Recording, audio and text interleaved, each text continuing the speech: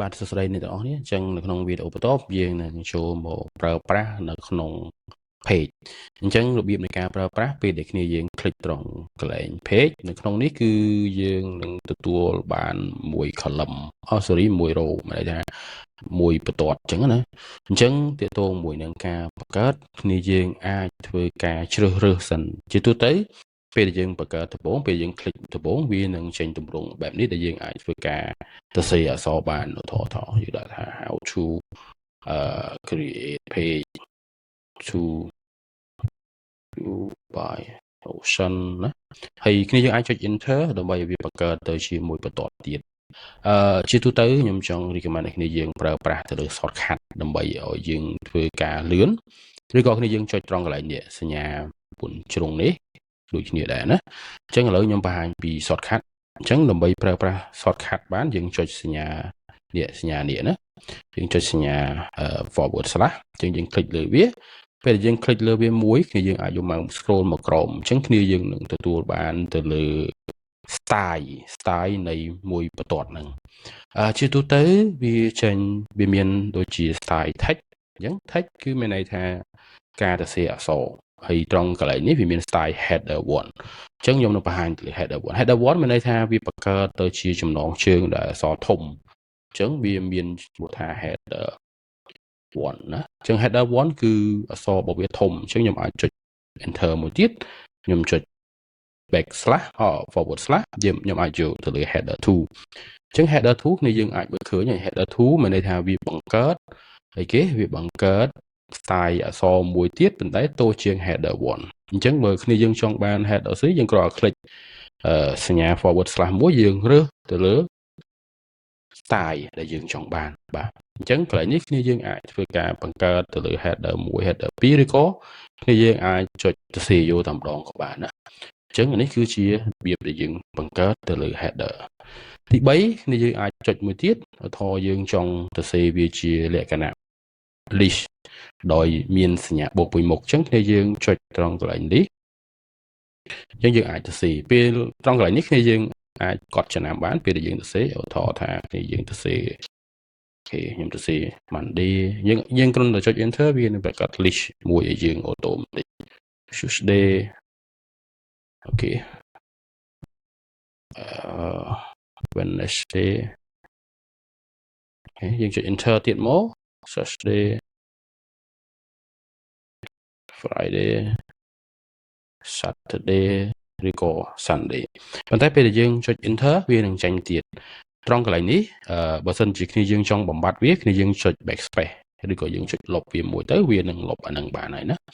ហើយទី2យើងអាចបង្កើតទៀតអញ្ចឹងឧទាហរណ៍ថាខ្ញុំចង់បានវាជាលេខអញ្ចឹងយើងចុចលើ number អញ្ចឹងយើងគ្រាន់តែទៅសេទៅឧទាហរណ៍ថាអូខេយើងដាក់ number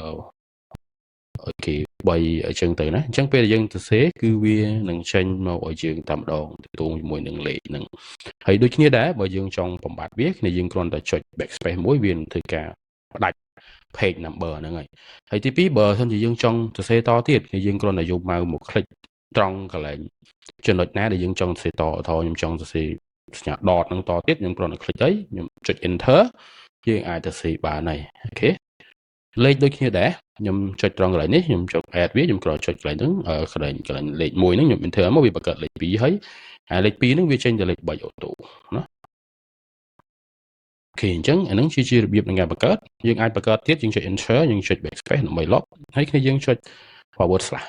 អញ្ចឹងយើង scroll មកក្រោមវាមានដូចជា to do យើង click លើ to do វានឹងបង្ហាញទៅលើប្រអប់មួយនៅពីមុខនេះ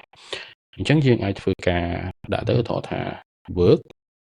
freelance so okay design and publishing អូខេយើងចុច enter វានឹងធ្វើការបង្ហាញមករហូតណាអូខេអញ្ចឹងពេលដែលយើងចង់លុបយើងចុច backspace វាទៅដើមវិញហើយបើយើងចង់បានអាហ្នឹងមកវិញយើងចុច enter មួយទៀតដើម្បីត្រឡប់ទៅកន្លែងហ្នឹងហើយយើងចុច enter នេះណាយើងមកចុងនៃអក្សររបស់យើងចុច enter ទៅវាបង្ហាញទៀតដែរណាអូខេហើយយើងចុច enter វាបង្ហាញទៀតយើងចង់បំបត្តិវាទៅដើមវិញឬក៏កន្លែងនេះគ្នាយើងចង់ដូរវាតែម្ដងក៏បានដែរណាយើងចុចសញ្ញាហ្នឹងមកចុចសញ្ញា forward slash នឹងដូចគ្នាហើយយើងដូរវាឧទាហរណ៍ថាឥឡូវយើងដូរវាទៅជា Tango chứ bây giờ clickលើ Tango វាចេញបង្ហាញបែបនេះអញ្ចឹងយើងដាក់ថា អូខេ track node អញ្ចឹងទៅអញ្ចឹង Tango ហ្នឹងវាបែបនេះពេលដែលយើង enter វាចេញមកទៀតកន្លែងនេះគឺ Tango គ្នាយើងអាចយើងឃើញខាងមុខនេះមានសញ្ញាមួយដែលយើង click លើវានឹងបង្ហាញកន្លែងនេះមួយទៀតអញ្ចឹងមានន័យថាក្នុង Tango ហ្នឹងវាដូចជា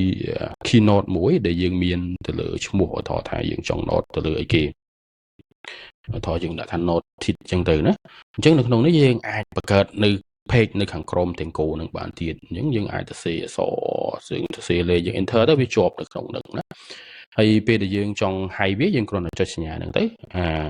ឯកសារឬក៏ note នៅក្នុង Tango ហ្នឹងគឺវា hide ឲ្យយើងអញ្ចឹងយើងអាចធ្វើការ expand មកវាហើយយើងទៅសេតបានបាទអូខេអញ្ចឹងយើងអាចធ្វើការ connect វាបានឧទាហរណ៍ថាយើង enter មកហើយបើយើងចង់លុបវាគឺយើងអាចចុច backspace ទៅកុំឲ្យយើងនិយាយយើងអាចចុច backspace លុបវាទៅដើមវិញអញ្ចឹងគឺយើងចុច forward slash គឺយើងអាចធ្វើការបង្កើតឧទាហរណ៍ថាយើងចង់បង្កើត page យើង click លើវាត្រង់កន្លែងនេះមានន័យថាក្នុង page មួយគឺយើងអាចបង្កើត page ច្រើនតគ្នាបានដោយយើងប្រើប្រាស់ page ឧទាហរណ៍ថាយ៉ាងនេះខ្ញុំដាក់ page ទី2អូខេខ្ញុំអាចបង្កើត icon អូខេខ្ញុំចាប់ icon default អូខេខ្ញុំអាចបង្កើត cover អញ្ចឹងយើងអាចចុចត្រង់កន្លែងនេះកន្លែងនេះយើង back មកវិញណាយើងចុចត្រង់កន្លែងនេះយើង back វិញឬក៏យើងចុចសញ្ញា back ហ្នឹងក៏បានដែរណាអញ្ចឹងយើង scroll មកក្រោមយើងឃើញនេះ page 2ដែលខ្ញុំបានបង្កើតមិញហ្នឹងណាអញ្ចឹងមានន័យថានៅក្នុង page មួយគឺយើងអាចបង្កើត page នៅខាងក្រោមនឹងបានច្រើនទៀតណាអូខេអញ្ចឹងយើងអាចបង្កើត page បានទៀតដោយយើងចុច forward slash ហើយគឺយើងត្រង់កន្លែងនេះបើយើងខ្ជិល scroll គឺយើងអាចចុច page p a g ណាយើងចុចត្រង់ឡើងមកនេះគឺយើងទទួលបាន page ហើយអញ្ចឹងយើងចុចលើ page វានឹង load ទៅលើ new screen មួយទៀតឲ្យយើងដោយយើងអាចដាក់ឈ្មោះ page ដាក់ icon ហើយគ្នាយើងអាចដាក់ cover បានណាហើយបើយើងចង់បែកគឺយើងចុចត្រង់កន្លែងនេះទៅវានឹងបែកមកកាន់ page ដើមរបស់យើងវិញអញ្ចឹងយើងអាចចុចតទៀតយើងចុច forward slash ទៅគ្នាយើងអាច scroll មកក្រោមទៀតអញ្ចឹងវាមានច្រើនណាវាមានទាក់ទងមួយនឹង color អញ្ចឹងខ្ញុំបង្ហាញពីអានេះអញ្ចឹងអានេះពេលដែលយើងចុចទៅគឺវាបង្ហាញមកជាទម្រង់បែបនេះត្រង់កន្លែងនេះវាដូចជា slogan មួយដែលយើងអាចadd ទៅលើអក្សរណាហើយគ្នាយើងអាចធ្វើការទៅសេអក្សរចូលក្នុងហ្នឹងហើយយើង enter ទៅវាបង្ហាញនៅក្នុងហ្នឹងណាឃើញទេអូខេអញ្ចឹងអាហ្នឹងជាទម្រង់មួយបែបហ្នឹងហើយគ្នាយើងអាចចុចយកម៉ៅមកចុចខាងក្រោមហ្នឹងទៅវាឲ្យយើងអាច add ទៅលើ style ផ្សេងទៀតបានដែរមួយទៀតទាក់ទងមួយនឹង table ត្រង់កន្លែងនេះគឺយើងអាចបង្កើត table បានដោយយើង click លើវាយើងអាចបង្កើតទៅឧទាហរណ៍ថា no name product អញ្ចឹងទៅណាហើយត្រង់កន្លែងនេះយើងអាចចុច arrow key យើងឆ្វេងស្ដាំលើក្រោមបានណាឧទាហរណ៍កន្លែងនេះដាក់មួយឈ្មោះ ABC product ឲ្យគេអញ្ចឹងទៅណាឃើញទេអូខេអញ្ចឹងខ្ញុំនឹងបង្ហាញថែមទៀតទាក់ទងជាមួយនឹងtool នឹងទៀតហើយខ្ញុំនឹងបង្ហាញលម្អិតទៅលើមួយទៀតប៉ុន្តែគ្នាយើងអាចមើលសិនអានេះខ្ញុំនឹងបង្ហាញគ្នាយើងពីរបៀបនៃការបង្កើត block មានន័យថា block ដែលយើងត្រូវប្រើនៅក្នុង page នីមួយៗហ្នឹងហើយចុងក្រោយគឺdivider ហ្នឹងអាហ្នឹងជា divider ហ្នឹងមានន័យថាវាបង្កើតជាបន្ទាត់មួយត្រង់ឲ្យយើងណា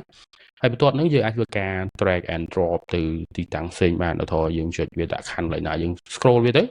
ឧទាហរណ៍ឥឡូវខ្ញុំដាក់ខណ្ឌនៅកន្លែងនេះមួយអូខេខ្ញុំលេងឃើញទេអញ្ចឹងវាមានបន្ទាត់មួយនៅកន្លែងនេះ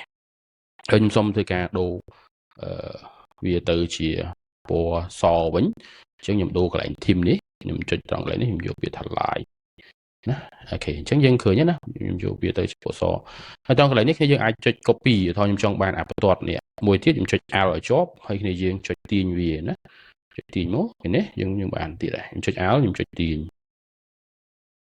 អូខេអញ្ចឹងនេះគឺជា basic នៃការបង្កើត block style អញ្ចឹង block style នេះគឺជាអី block style នៅក្នុងកម្មវិធី Notion នេះគឺជាការដែលយើងអាច style ទៅលើយើងអាច design ទៅលើ style នៃ note របស់យើងនៅក្នុង page to do របស់យើងបានណាអញ្ចឹងគ្នាយើងអាចរៀនធ្វើដូចរបស់ខ្ញុំនេះមាន to do នេះយើងអាចរៀនធ្វើបែបនេះបានខ្ញុំនឹងបង្ហាញអ្នកនរនេះនៅវីដេអូបន្តទៀតបាទអញ្ចឹងនៅក្នុងវីដេអូនេះមានប៉ុណ្ណឹងអរគុណ